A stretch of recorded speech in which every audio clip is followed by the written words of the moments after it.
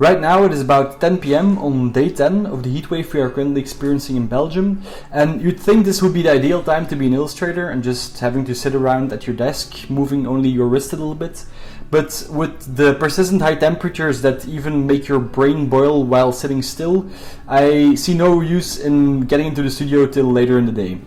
So today, when the sun finally started to show some mercy, it was time for one of my favorite activities, which is saving a newspaper article from a boring accompanying picture.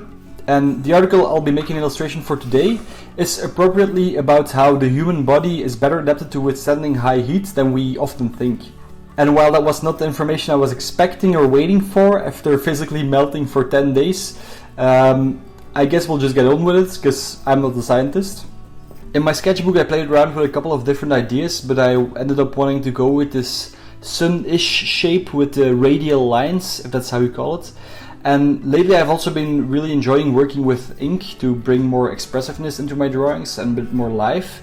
And actually ink pairs quite well with the warm weather because it dries really fast and it gives you a lot of options to maneuver it around for a little bit, and then it dries up in interesting patterns.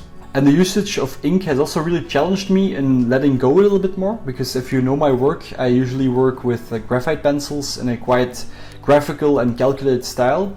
And that's not really always possible with ink because it's a little bit less predictable. And I also am trying to work less with a very polished sketch in my sketchbook, because in the past I would almost do all the thinking work in advance in my sketchbook and then I would basically just copy it into a bigger picture or in a more clean picture.